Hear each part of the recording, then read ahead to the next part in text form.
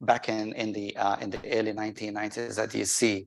But then one of the key areas in that report in the 1990s, yeah, there were like a little bit of doubt in there. And you can see it in the statement in here, right? So they kind of questioning if there is a little bit of uncertainty, if human is really impacting climate change or not, and so on and so forth, right? But then let's just move forward 10 years and see what's the tone of the messages like. And you notice the difference. They're saying, well, there is stronger evidence that human activities are really impacting climate change. So there is a major shift in the tone based on empirical evidence into it, yeah? Let's just move a little bit further to 2014. What did they say? Well, now the evidence is clear and the impact is real. And we need to do something about it. And in their latest report, the tone completely changed. And it was like, we need to act into it. And now you hear it in a very kind of bold actions and activities during the recent activities, let's say in COP28, and some of our colleagues who've been here before, and also in FII, the Future Investment Initiative, where some serious commitments took place. And it requires the entire globe to, let's say, put things back on track in terms of the damage that took place on the planet over the past 150 or 200 years. And mainly the main driver is the Industrial Revolution and the open loop system that we developed subconsciously to move into this new world that we live in today. And basically the new ways of transportation and energy generation and all those kind of activities that we experience today as luxuries, yeah, but it's really damaging what we're doing into the globe, yeah. So let's see what's the delta then in terms of the carbon footprint into the climate over the past, let's say, 200 years. And you can see there is like really significant contribution, about 50% growth into the carbon dioxide concentration globally into the market. And mainly that's driven by all those kind of carbon emissions that we are producing into the environment. So just kind of a quick question in here. What do you expect the most kind of, let's say, damaging industry for climate impact? Any thoughts? Okay, it's not a test, but I just want to hear your opinion in here. It's like, yeah, throw it. Yeah. What is it? Agriculture. Yeah, okay. Anybody else? The highest impactful? Farming, okay. What is it? Power generation, yes, yeah. Yeah, electricity. Transport, yeah. Heat, yes, yes, yeah. Anybody else? Heavy industry, yes, yeah, beautiful. So you covered across the spectrum, but let's see what the facts are. All right, before we release the facts. So here's another interesting study, and they were looking at where we stand today, and they're looking at different scenario planning that reflects from all different aspects, from policy changes to investment into rectification or new product innovations and all that kind of stuff. And what we're looking at in here in terms of what happens if we do nothing versus what happens if we can do a lot to put, let's say, the planet back on course. And what they're saying, basically, we might get an increase of almost 4.1 to 4.8 degrees Celsius if we don't do nothing. Yeah, and then of course you're familiar with the Paris COP27 agreement in order to let's say have a ceiling of 1.5 degrees changes into the planet over by 2030. So now you see all those kind of aggressive movements from all different kind of industries and government and policy changes and all that kind of stuff to really to push that curve down. And the way I look at it is like we as human beings, we are at either a tipping point to transform how we develop this world that we live in, or at a breaking point where this entire thing is just going to collapse.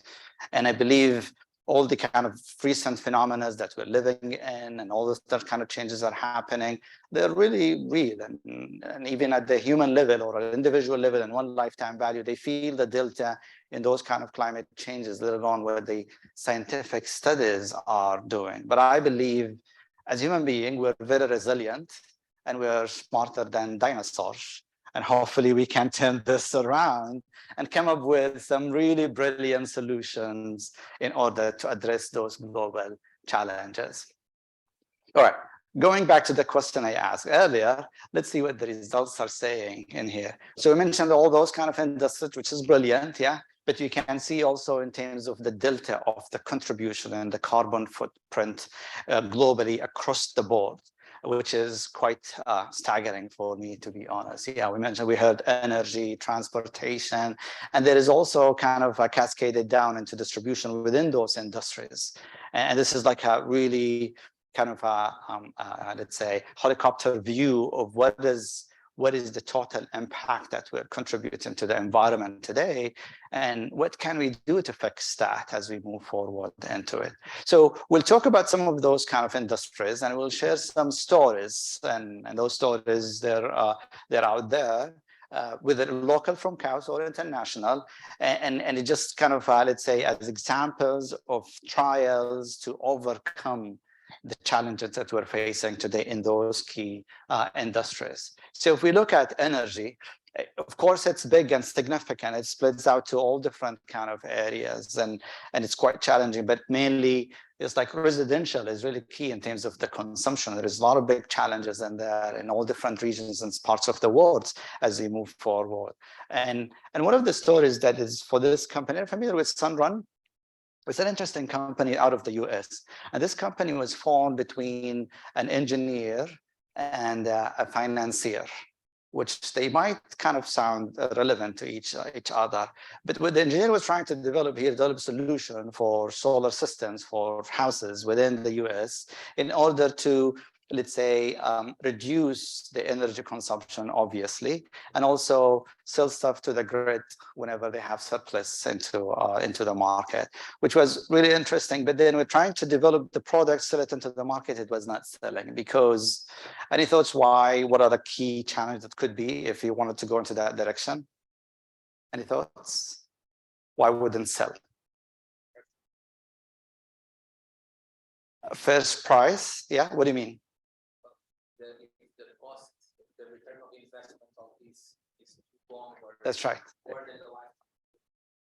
Spot on. And here where the financier came into play. So they started to work out those deals with the financing companies or the banks to provide this as an offer for residential. So I don't bear the capital cost of the installation, but that can be, let's say, financed over a longer time out of the bill that kind of taken into it. And by that, they developed an amazing model, and they really grew really fast and have very great penetration to the US market. And now they're moving into the European market. They're backed by great ventures, and they're building an amazing story. And there is so much kind of opportunities, a lot of details into it. And there is this another company that developed those kind of microconverters, because they used to have one single microconverter to sell stuff to the grid. But then they figured out, okay, what about if we distribute that into the different cells, and then we convert as we have surplus from each cell, because that was a bigger challenge into it. And that company is doing a really great job into it. So the point is that sometimes technology is out there, but we need to innovate even with the business model activities, or how we can push it towards the market in order to create that value as we move forward. Like another example from around the neighborhood in here within CAUS is Mirai Solar. So some of you might be familiar with Mirai and the great team behind it. They're developing really amazing technology. They started part of the Taqaddam program, and they defined one specific problem for greenhouses in the region. So there is one phenomenon that they learned within those greenhouses. They tried to place those kind of cloth shadings within the greenhouses to reduce the heat and reduce the sun on those greenhouses within the region, like Kharj area and Qasim and areas in the Middle East, right? So what they were thinking is like, what about if we use those or develop those kind of retractable solar panels that can be used as shadings, but also as energy generators? So they've run this as an experiment, and they developed the prototypes here at KAUST and so on. And what you see here is one of their deployment, I believe, in Taif area. And they're trying to create the kind of zero net energy greenhouse. And they're really doing great in terms of moving into that direction in order to address that kind of challenge. And we mentioned agriculture is one of the key areas, and energy in different application is one of the key areas to deploy it in as we move forward. And those are only a few examples. And the problem is way bigger than like for only 2 companies or 3 companies to be addressed. But here is the kind of the overall layout in terms of gigatons for each sectors within the energy space. And if you slice down even to those areas, you'll find tons of challenges, tons of problems that can be addressed in different regions and different parts of the world that are very specific and unique to the areas that they're operating in. Let's move on to something else. Industry. We heard industry as well as one of the areas that's really impacting kind of the environment in general areas. I'm sure we can think of all different kind of industries. Maybe, I don't know, cement, yeah, is one of the most harmful to the environment as we move forward, yeah.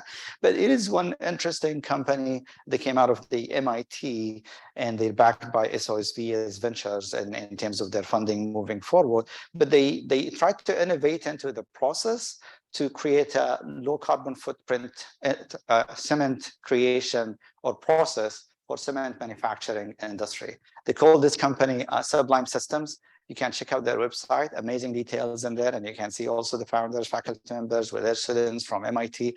They're doing amazing work in terms of developing that further as they take it further into it, yeah. So they're trying to look at those really big challenges and came up with amazing solutions for it. Another company that is in our portfolio here at KAUST, it was in one of our programs, it's called Destination Deep Tech. So this company soft landed from Singapore here to KAUST is called Santec. And basically what they do, they developed high performance concrete using or creating low carbon footprint. And they use different materials into it. And one of the founders, they got good experience into cement industry, and they came up with this solution. They're based out of Singapore, but of course, there's a great market here for them in Saudi. So actually, they were participating in some of the constructions in Qatar for the World Cup. And also now they are penetrating the Saudi market and they deploy it. And they're using carbon fibers as a kind of a part of the mix. And they develop this kind of unique mix that can give really ultra high performance with low carbon footprint into their manufacturing, about 30% less. And they're trying to contribute to the challenges in there, but there is so much space as well to add into it. So again, industry, a lot of big areas, a lot of big challenges, and yes, of course, energy fits into here in a big way, and also industry in general is like it's really significant in terms of their carbon footprint as we move forward. So agriculture was mentioned in there as well, yes, and there is a lot of different areas that has really great impact, and basically our innovation into agriculture resulted as well into high energy consumption, right? So like using those kind of greenhouses and all that, controlling the temperatures into it, that's creating really carbon footprint as we move forward into it. But one of the companies we do have at KAUST and here, maybe you're familiar with, Red Sea Farms, yeah? Everybody familiar with Red Sea Farms? Okay, good, yeah. So you're familiar with the story then, and Mark and Ryan, they got together to develop this sustainable solution to build, let's say, sustainable temperature control system and also breed kind of seeds that are salt tolerant and that are high value crops into the market. Amazing facility. If you haven't been into it or if you're interested, reach out to them. They're really open in terms of the engagement, and they're doing some real amazing work as they move throughout the journey. Idama is another one.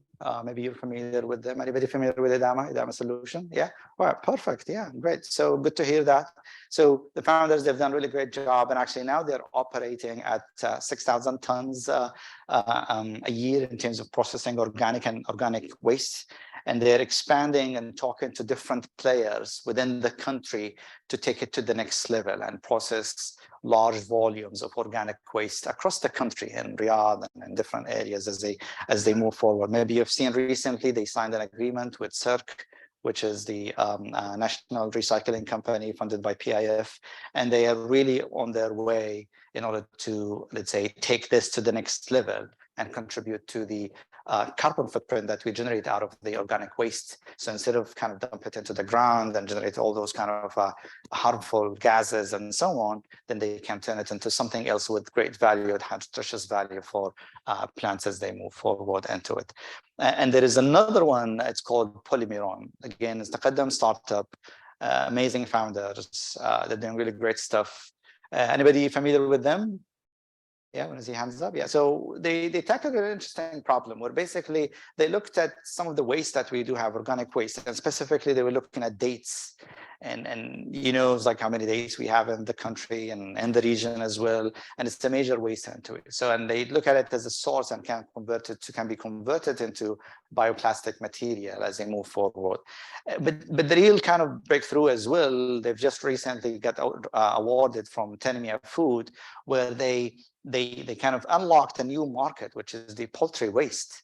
And they managed to develop a solution to convert the poultry waste into bioplastic material. And they're doing an amazing job in terms of, let's say, developing that even further with the industrial partner to the next level as they move forward into it. Yeah. And maybe I think this is before the last one, Orbillion is an interesting company. And this company is going to be part of Destination Deep Tech. They'll be here. The founders will be here in January next year. And basically, what they developed cell culture-based alternative meats. Yeah, I think Ruben, you met Samit, right, when he was here a couple of months ago, and so on. Yeah. So they got really interesting solution for a major kind of challenge, and it's kind of they're rolling. And the key difference is that they're not doing plant-based meat rather than cell culture-based kind of meat as they move forward. And they're well on their journey in order to scale their product moving forward into the market. Yeah, but again, this is, again, we're looking here at the tips of the icebergs in terms of the challenges, but if you dig deeper into it, there is a lot more in terms of the impact that they're creating. And if we can slice all different sectors, all different areas, that's quite challenging in terms of the that we can create solutions for it as we move forward. Yeah. I believe the last piece or the last section that you want to talk about is transportation. And that was brought up as well as we move forward. But in here, we won't talk about startup stories, but also want to talk about kind of changes that are happening into this sector specifically. So you're all familiar with Lucid, that opening up their kind of manufacturing facility next door in Cake, yeah? I'm sure that's going to open like great opportunities because it's just unfolding a new industry with new needs and new challenges into a new market. So what are those needs and what are those challenges that needs to be discovered and then develop solutions for it as we move forward into the area? And that's worth exploring, as the CEO was here a while ago and talking about all those kind of areas. So another example that we wanted to share with you is like this company. So it's like, obviously here you see an airplane, but anything unique about this airplane do you notice or you're familiar with? What is it? Different design on the wings. Yeah, yeah, maybe. Yeah. It's electric. It's electric airplane. Yes, it is an electric one, and this is like conceptually is kind of challenging, and there's a lot of the company name is Hattan Aerospace. Yeah, you can look it up and check out all the details. Some really cool stuff into it, but they were really challenging the status quo, and this is like develop those kind of short-term trips. For 200, 300 kilometers kind of distances, yeah, that is powered by electric. This is backed by Breakthrough Ventures and many other great backers as they move forward into it. But they were really challenging the status quo. So like looking at the industry with the whole new lens, because a lot of people, they were kind of even questioning the possibility of such development or such technologies moving forward into it. And it's battery powered and all that kind of stuff. But the goal is that we're trying to stay in here is that it's time now to go to unconventional ways of looking at things, since we're doing, let's say, jet engines for quite some time and so on, and that's what we get used to it. But then what else, what other solutions that we can develop as we move forward into it? Yeah.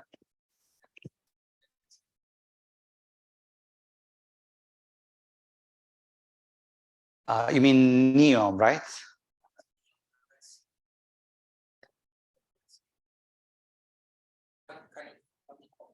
Yeah, I think there was NEOM, $125 million investment into the quadcopter company. Yes, they use kind of for drones. Yes, I remember. Yeah, Nadmi signed it. It's like, oh, maybe 175 million. Yeah, it was a big investment into that company. Yeah, but this is along the same lines in there. I'm not sure if that's powered, electric powered or not, but it's along lines where basically, how can we reimagine transportation or air transportation and design it in a new way and develop it in a completely different new way.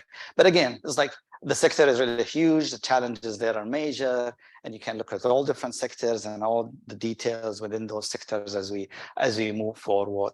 So what we're trying to say in here, I'm really familiar with Total Recall 1990. Like this is a movie was published in 1990. Yeah, if you're familiar with it. Yeah, exactly.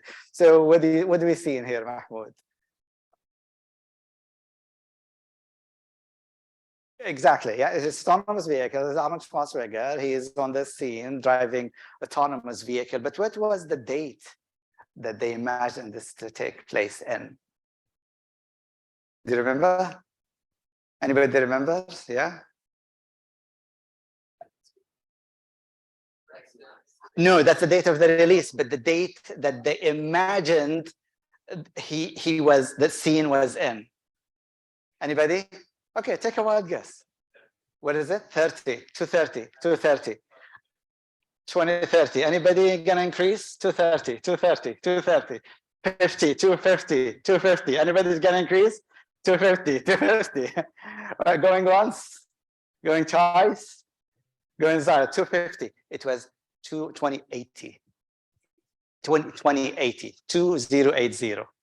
Yes, yes, 2080. That was their imagination. We're gonna get to autonomous drivers in 2080. Right. And the point I'm trying to make in here is like, when did we get to autonomous vehicles? 2019. So what I'm trying to say in here, usually sometimes we kind of overachieve what we can imagine in a short period of time. And this was repeated in other kind of sci-fi movies, where if you look at technologies, for example, Back to the Future, they were imagining kind of teleconferencing in 2015, and we as human beings, we got there even before that. Yeah, so it was really interesting to see the delta between our imagination as creative people and movie makers and all that kind of stuff, and that's the beauty of sci-fi, is that in most cases at the time it might sound sci-fi, but within a short period of time it would be reality, and we live it without even thinking about it. Yeah. So, and we succeed to get to, as a human being, to get to those kind of areas prior to the dates that we imagine into it. So usually we kind of underestimate what we can achieve in a shorter period of time as group or as a collective bodies or intellectual groups within certain industries into it. So what we're trying to say is, like, since we're talking earlier, we are at the breaking point or a tipping point, and the challenges are kind of emerged, and it's a good opportunity for us to change. And it's time as well to think in a very unconventional way, because most of the innovation that took place over the years or maybe the century was kind of, let's say, incremental in nature, that got us to where we are today. But I think we are at a point where we always need to look more for radical changes of how we do stuff or how we develop stuff in every single action of life that we do, and every way that we deal with on personal or business level or all different kind of levels into it. So let's take a look at the numbers in here in terms of what's happening as well in terms of the funders and the investors and the business community, because that's also, we talked earlier about policymakers, investors are really kind of important element into it as well. So what PwC report is showing is like an interesting increment into it, where some key players are moving into that space with noticeable, let's say, growth in terms of fund allocation into that space. Is this enough? For sure not, yeah. But we need to do more. And I'm sure we will see more successes. Once we get to see more successes moving into those areas and radical changes happening into those areas, we'll see more funding allocated into those environments and those areas into it. I'll give you an example. So automotive industry has always been defined to be in Detroit, right? For maybe, I don't know how many decades or a century. But when Tesla came on board, it's like they shifted the mind to move and locate wherever they can, right? And they really kind of transformed how we think about automotive manufacturing, and they're not need to relocate into the Detroit area, and they can be in all different kind of places, right? And they scatter their businesses or their manufacturing facilities in different places around the world. So similarly in here, it's like the funding also would follow all those kind of sources that they can deploy the funding in the right places for the for the game changers for those industries as we move forward. Here is another graph just to show the appetite and the move in terms of fund allocation into the climate tech. And what's really interesting is that a lot of the top performing VCs within the Bay Area, they are really shifting gears, and they're moving from the software space into the climate space. And they're bidding on it, saying that this is the new future. This is where the key areas, the problems there are real and big, and we want it to be part of it, not only for the monetary value, but also for the, let's say, the impact value and the change value that they wanted to create into it. Yeah, and one example is like Jeff Bezos. He stepped down from Amazon after transforming the company in a major way in terms of their environmental and sustainability aspects in all different aspects, because Amazon is a major contributor. They operate at scale in terms of their logistics operations or their storage allocation and all different kind of sources. And they were really driven to move into that direction. And they have amazing results, and they did amazing kind of findings, not only back in the company, but also they were kind of enforcing, let's say, deployment of sustainable solution across their supply chain and partners that they working with into it. And then amazing work into that in the area. But then he stepped down and he's moving forward towards, let's say, embarking upon addressing those kind of challenges through his philanthropic work, whether through his investment in breakthrough ventures or all different activities that they're doing. And they want to take this kind of challenge as a personal challenge and how they can contribute to it. And this is along the line with a lot of key players and investors who are really driven to make that happen. John Doerr, for example, one of the key partners in Kleiner Perkins, they're really allocating some serious funding into those spaces, and they're really embarking about solving those problems. And he was one of the early investors in Amazon and Google and many others. Yeah. So, but then if we bring that home in here, it's like sustainability sits within the heart of the organization, close to the president's office. Actually, it's within it. And thank you for hosting such event and activating this across the board. And it's not only that, but even the reports, like during FII, they were talking about the prosperity report and the youth consciousness about the sustainability factor across the globe. It's really significant. So this is really touching our lives, something really important for us. And people are really driven to create an impact and make a change and be conscious about all the activities that we're doing into it. So I believe it's our opportunity today to be part of the solutions, especially with the access that you do have for the resources, research results, lab benches, amazing faculty members who are doing remarkable stuff. And they're really addressing those big challenges. But the challenge usually sometimes, especially with innovations, like how can we spot those opportunities that are sitting on a lab bench or an office desk and take it forward, run with it, and build a team, fund it, and move forward. It's not an easy task. It's an uphill battle. It's a long journey for the strong-hearted that they're really keen to make a change and move forward with it. So if I want to leave you with one thing, I just wanted to leave you with this thing. It's like it's up to us to create the future and be part of it, or we can just sit and watch on sidelines. And with this, I'd like to thank you very much. If you wanted to learn more, stay tuned. Please follow us on those kind of links on LinkedIn and Twitter at Couch Innovation. You will get the latest feed and news and programs and activities and so on and so forth, in addition to all the different programming that we do have. And we'll be happy to have you join us at any point of time. We'd love to hear from you in terms of your interest, appetite, challenges, opportunities. And thank you very much. Thank you.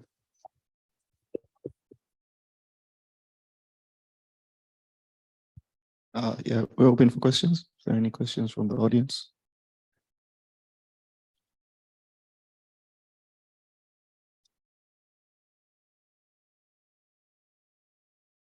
Abdullah. Yeah, تفضل. تفضل. Assalamu alaikum. Lot Thank you of very much for questions. your speech. It's really inspiring one. Yeah.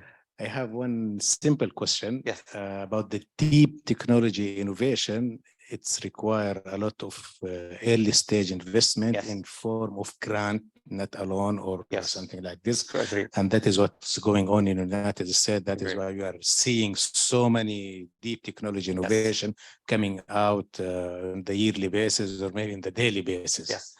If there is such a fund here for this deep technology, because what we have seen, generally talking in Saudi Yes. Arabia, Yes. most of the investors, they are addicted to app development and online services, blah, blah, blah, which doesn't have any sort of deep technology, only Yes. app developing. Yes. All right. Cool. So I can talk about what's happening here at the house, and maybe some of you are familiar as well with it, given the fact I used to work in the research funding office some time ago. So in addition to the research funding office that is accessible to the faculty members, but also there is this program is called a translation funding program. And this is, it's a joint program between KAUST Innovation and KAUST Research. And the goal is that to move the technology readiness level for the lab technology from TRL level 2 or 3 all the way to 6 or 7, right? And the idea is to accelerate the growth of the technology and test it in an industrial setup and harsh environments. There's a lot of other examples I'll share with you. Maybe some of you are familiar with this. I see some heads were nodding. Bill Roberts' work on cryogenic carbon capture is amazing work. We're really proud of. It's been funded by KAUST and co-funded by Aramco, and now they're doing industrial scale piloting into it. Pascal's work, if anybody's been working with Pascal, they developed this amazing, let's say, wastewater bioreactors that are modular based. And they developed it in the lab and they get translation funding, and now they're deploying it with Mudun in Amrafiq in Mudun in Yanbu, yeah. And there is a lot more other examples into those areas, yeah, where there is multi-stage funding within KAUST, and then that can be followed on, of course, by investment funding and so on and so forth. So that is one, what's happening here at KAUST, yeah. But also, if we talk about the government, maybe you hear about the National Strategy of RDI, Research, Development, and Innovation, and they're allocating some real funding into it that goes across all different funnel. I know some of different, let's say, academic divisions or partners within KAUST, they're already in collaboration with those institutions in order to deploy technologies across the board in those areas, whether it's energy, transportation, all different activities. So there's multiple ways.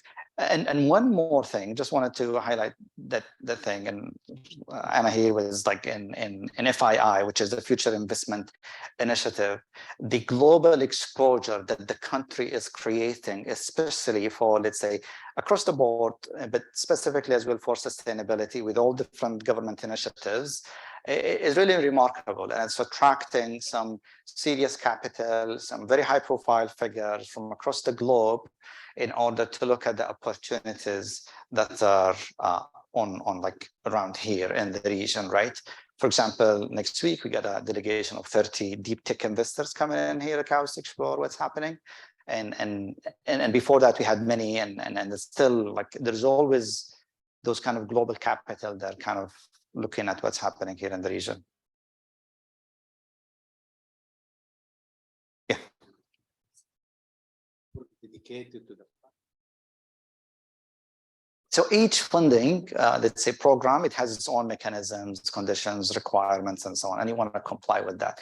And in many cases, it's very competitive. So that will be funded into. But the point is that there are resources that are available and it's been deployed, yeah. In addition, I haven't mentioned as well the industrial partner. There's a good number of industrial partners who they have really strong appetite to deploy into it. And I mentioned Aramco as one example. And in FII, they made a big announcement for this consortium to address the climate issues within the country, and in addition to other kind of activities. So there is a lot of different vehicles, but we just need to learn about it and then build the right cases or proposals or engagement with the right team, right setup, and right requirements to get it through. Yeah, and usually raising capital is not easy. So yeah, it's not easy, definitely. Well, Please. thank you, Hattan. Thank you for the lovely presentation. We know the examples of different innovative solutions coming out of KAUST that support the sustainability vision and in terms of building real action. My question is more, when you are in the entrepreneurship ecosystem and you are addressing the build-up of the startups and companies that coming from KAUST, what is the education aspect that you bring to these companies and startups? Because one thing is building a sustainable solution per se, another thing is to educate them to make sure that this is a sustainable business, not only from an economic point of view, but from the process itself. Yes. So it could be something that, for example, in terms of production, could be with certain carbon footprint, but if it's being addressed in design in a different way, has less impact. So where is this education aspect to the whole entrepreneurship ecosystem? Not only economic perspective and ROIs and so on, but the other component that is very important. Thank you for asking this question, because we see the gap in the appetite and also the knowledge. So if we look back, let's say 5 years ago or 6 years ago, the appetite for investment in startups was relatively low. Over the past 5 years in the countries, like the VC deployment grew by 10 times, from $50 million a year to 500. This year, we passed the 500 mark in the first half of the year. So, and that's mainly driven by fintech, SaaS, e-commerce, and all that kind of stuff. Few are looking for the impact-driven stuff, right? And there are a few examples into it. So what we're trying to work on is that we bring in those kind of case studies. Example, Ritzy Farm is an amazing example. Savola, for example, is one of the later investors into the company, and they're really kind of conscious and aware of, let's say, being innovative to invest into the downstream or upstream of their business as they move forward. And that's hopefully they're going to bring in other players into the market. So we've done multiple things, and that's really, we see that we're creating momentum. For example, next week, we get an angel group coming from Riyadh who really wanted to explore deep tech spaces. So the appetite now is kind of growing on the individual level. But also there is one factor that we have done. So we've done a program called Conscious Investor Fellowship Program. And that was in partnership with Venture Souk and New York University in Abu Dhabi and Start AD. And basically the idea is that we brought in investors from Pan-Gulf area, and we're trying to educate them about conscious investment in a sustainable way. And actually, there is interesting reports being out by Kaufman Foundation. They were talking about, especially during the pandemic, let's say conscious investment or sustainable investment, they've proven to be more lucrative and sustainable in comparison to financially driven investments areas into it, which was really interesting. And we started around that time, maybe pre the pandemic, and then we powered through the pandemic. It was amazing engagement, different partners from the corporate world or the sovereign wealth funds, angel investors, VCs, and so on. And there is, let's say, hunger to learn more about those kind of conscious investment activities and how can they leverage it and so on. We're identifying some of the gaps and we work with them to address those gaps. For example, technical due diligence. Some of them was like, well, I'm really interested into this, but I have nobody to help out with the technical due diligence. I would try to fill in those gaps and help them with education to explore those opportunities, because it's not only sustainable, but also usually it will have very strong competitive edge. If you own the technology and it's a proprietary to the company and so on, then the investors, they will have very kind of, let's say, great shields against the other players within the market that will help them to grow and evolve over time. Yeah, please. Innovation of this process of educating. We all know that in the corporate world, there's we call ESG reporting, and actually there Saudi Arabia recently launched guidelines for startups. So is part of the education is also on that, you know, so to understand their impacts and the different levels of their business. So the education aspect that would be good to have also from KAUST side is to make sure that all that under this ecosystem understand the different aspects Yes. and that they will need to fulfill as a sustainable business. Definitely. Right. Yeah, definitely. And it's a big topic, it's debatable and all that kind of stuff. And it was really interesting in that in CIF, we saw some let's say people from corporate driven by ESG, and they were trying to understand how can we contribute to that? How can we fulfill? And recently as well, we've seen some of the corporates, they transformed their CSR to ESG strategy and a major overhaul of their approach towards those kind of environmental engagement and governance and all different activities into it. Yeah, and we learned so much from the past 2 or 3 runs that we had from CIF, and now we're working to develop a new version of it where we really wanted to grow, let's say, the awareness and the engagement in those spaces as we move forward. Yeah. Please. Okay, thank you very much, Thank you. Hattan, for this presentation. I really enjoy it. We saw in the media what's going on with innovation, but this was very brief and very nice to hear it from you.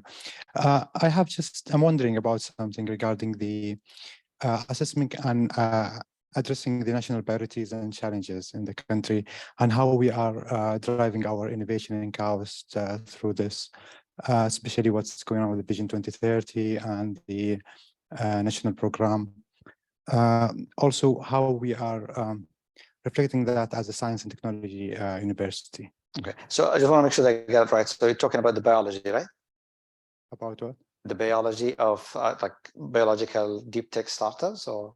No, in general, just in general. How we are addressing these priorities of the national priorities in our innovation and science and technology program, what we are doing in KAUST. Right. So, okay, the priorities that were taking place and how we're engaging with the government. National priorities, okay. Yes. Yes. So I'm just thinking, are we to the expectation when we are delivering things to industries? Is this the top priority in the country right now, or in the industries? So are we aligning with this level? And what is our resources to check and to balance and to assess? Yes. So I'm sure you're all familiar. It's like in Vision 2030, innovation and entrepreneurship is embedded almost everywhere. And there's a big push on all different kind of entities with the private or public sector. And they're really putting some really good resources into it.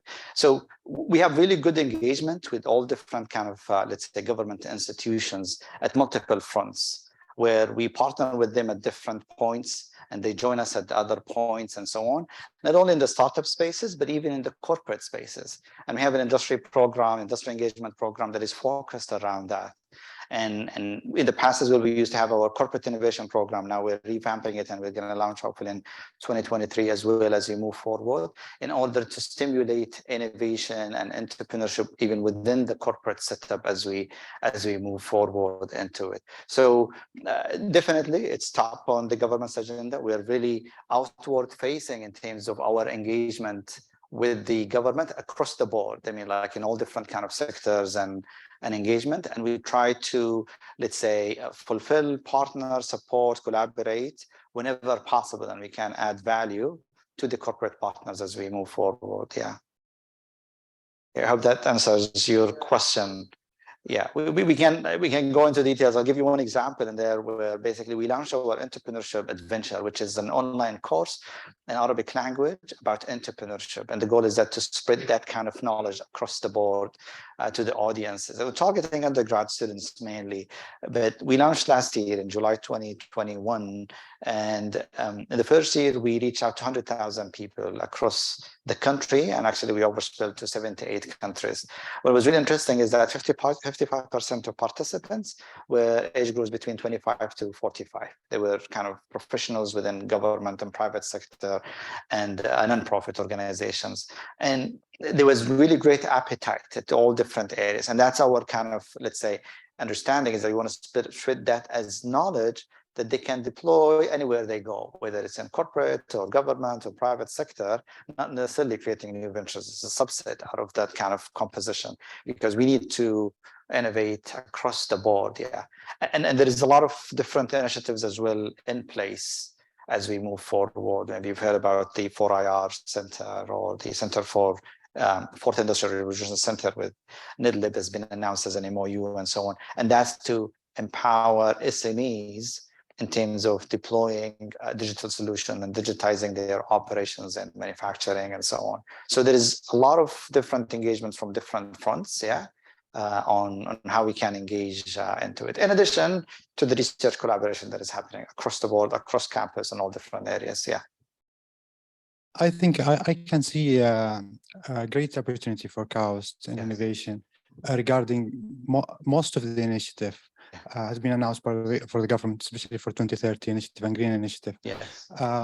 And some of it's lack of some science deep technologies and engagement with this initiative with the government entities.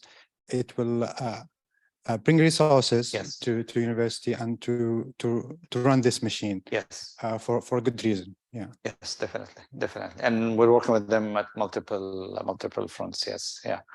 Maybe you heard about the algae farm as well. It's a great program in the research park with MIWA, which is Ministry of Environment, Agriculture and Water. Yeah. Ruben, please. Hattan, really nice talk. I want to touch a little bit, expand on what Anna asked, because it was still not clear to me the type of support that the Entrepreneurship Center gives to startups. For example, it's one thing that we develop a sustainable technology, so the technology can be sustainable. It's something that it's another thing that we educate investors on the importance of sustainable technologies. And then is there another thing, which is educating the founders on how to build a sustainable business, again, not from an economic perspective, but from everything. Yes. And it's true what you said, it's questionable right now. It's a really hot topic, the ESG reporting, how it's something that it's turning into a greenwashing mechanism or not, but it still has a set of indicators and a set of standards that everybody can benchmark itself against. And for example, from all of the startups of KAUST that I looked on their websites, none of them have an ESG report, or the ones that I saw. So which makes me think that this is not a priority, even though they are a startup, so they are a young business, and they need to start building sustainably from the beginning. Because, for example, examples like we saw from Jeff Bezos, to me, it's really hard to take seriously a business that grew unsustainably, and we know a lot of things on the media regarding social treatment of workers, supply chain, all of the transportation chain, one-day deliveries to houses, which has tremendous effects in terms of carbon footprint on transportation. But once he reached to the point where he's a billionaire, now he's going to tackle the sustainability problems.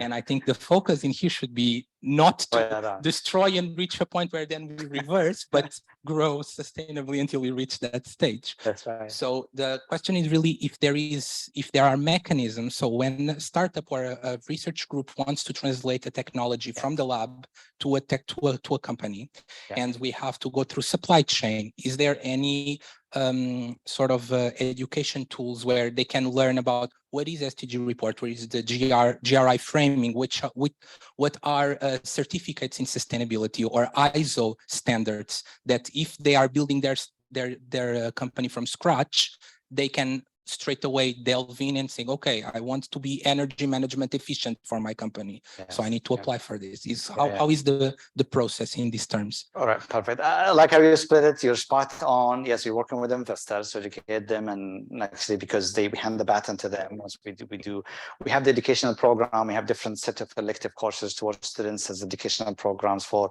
let's say, about entrepreneurship and innovation. We do have our accelerator program, Taqaddam, and basically we focus throughout the process on the fundamentals and building blocks of building the company into it. And even in the investment as well, we work with them to do, let's say, to move forward into it. And it's spot on that, yes, it's not highlighted in there. I think we had discussions like, okay, how can we highlight the measures or the impact that the companies are creating into sustainability, whether it's relevant to the SDG goals or whether it's relevant to the ESG targets or whatever framework that we define and agree upon into it. I think that thing is something to be worked on and help them out. But I think the beauty of it is that good number of those companies, the core of it is sustainability based, right? We've seen Polymer on Red Sea Farms and the rest and so on. The core of it is there, but maybe they're not bringing it up out there into it. Yes, and remember, even when we talk about let's say measuring it and creating the impact and measuring the impact is a little bit kind of challenging. But we'll be happy to explore what framework that we can co-create together or something that we can use from other partners. Yeah, please, Anna. Just a note, Yeah. for example, one of the comments that the startups have, because they don't have enough resources to hire a dedicated person to address these specific points. So if, for example, CAO supports them, at least from our entire ecosystem at the university, to allow them to be the liaison on this area, to allow them to build on, it will be I would say, an added value, right? So this could be, for example, a possible solution. Definitely. And that's something that we're working on in terms of our portfolio management. We're looking at like how we can measure their environmental impact or ESG impact or whatever impact that they're creating. And then how can we quantify it in a collective report? So we measure their impact in terms of fundraised or jobs created or revenue generated or whatever kind of, let's say, tangible output or impact, economic impact that they can create. But we're looking at like what indices we need to create in terms of the environmental impact. Shall we focus on the carbon footprint that they're eliminating from the industry, or let's say whatever factors, SDG goals that we can highlight and then quantify it in a way so we can communicate collectively as a portfolio, but also as individual companies that they're contributing into it. And at the beginning, it's not going to be significant. Maybe it will be significant once they hit the scale. And usually they are at a point where it's more of a survival point rather than worrying about reporting, right? But of course, I agree with you. We need to have the layout ready for them. So once they scale, they can really assess that. Also, because in terms of bidding process, if they really look for high-level distributors and so on, more and more, all of these companies will incorporate sustainability into their bidding process. Yes. So show me your certification, show me your report on what your business looks like in terms of sustainability, governance structure, supply chain, and so on. So all of the big ones, they kind of are forced to do it, and they do it, and because they have the means to, and they have to, because they are the first ones that are being looked at. That's right. I just think that if we don't change the mentality that you need to be big in order to care about these after, if we don't change this paradigm, I think we keep some of these, not these in particular, but some technologies might be appealing as sustainable. But then if we really look into their supply chain, for example, where they are built or where they started, maybe it will not be sustainable to grow. Maybe they are sustainable until they reach a certain size. After they expand, they lose their sustainability perspective, because this was not taking into account from the genesis. That's right. And in some cases, like the investors, they would be kind of, let's say, assessing or defining indices that we need to measure, agree on and measure on a regular basis. So in their reporting, they will be asking about specific impact figures that they're contributing to on a regular basis, as well as they're reporting on their financials. But please, can you report on this framework, on whatever impact that they're creating? That's spot on, and we'll be happy. Maybe we'll have a follow-on into that. Yeah. All right, cool. If we have time there's one more question from our Zoom audience. Please, yeah. Thank you. Yes, one question asked on Zoom is about textile waste. And the Hala wants to know if there is any research or company established in CAUS about textile waste.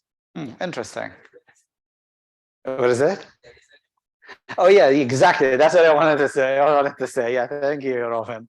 Yeah, so I'm trying to think here. I can't recall any, but recently we signed the agreement with the Fashion Commission. As KAUST signed an agreement with Fashion Commission on multiple fronts, on multiple fronts as we get engaged into it. But what's really interesting is that sometimes people, they're like, okay, KAUST and fashion, it's like, what's the link? But spot on, yes, like textile is one of the biggest kind of industries as well, who's harmful to the environments with the dyes and all the waste they put into the water and all that kind of stuff. And also on the downstream side, because they use petrochem material, right? And a lot of those materials are kind of misused. And even from economic perspective as well, within the country, it's like a lot of the thobes that we wear is like polyester based, and it's petrochem derivatives, right? But it's mainly imported from Japan. So how can we localize those kind of manufacturers and develop it in a more sustainable way, whether it's biodegradable material or whatever aspects into it. So with like no startup comes to mind at the moment, but I think with this kind of agreement and with the engagement with you, with the faculty members, I'm sure some great stuff will come out, because we're really confident about the brilliant minds we have here around campus. And sometimes we just need to identify those big challenges and then how we can develop solutions for it as we move forward. Yeah. Thank you very much for the talk, Mr. Hattan Ahmed. Thank you. I think the students with sustainability have a token of appreciation for you. Thank you very much. Thank you. Offer you this. Oh, wow. This is beautiful. Oh, wow. Thank you. Thank you. Thanks. Here we go. Here, Bakr, come on and join in the picture.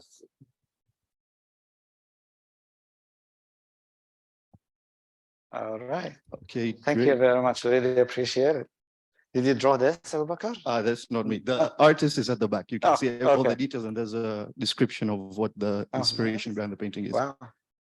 Thank you. So yeah, I'd like to thank the audience for joining us, and to thank everyone who's made this event possible. The Committee of the Students for Sustainability, including the support of the Office of Student Life and the Head of Sustainability, Dr. Ana Costa, who make these semesters possible. And thank you very much for attending, and hopefully see you at the next one.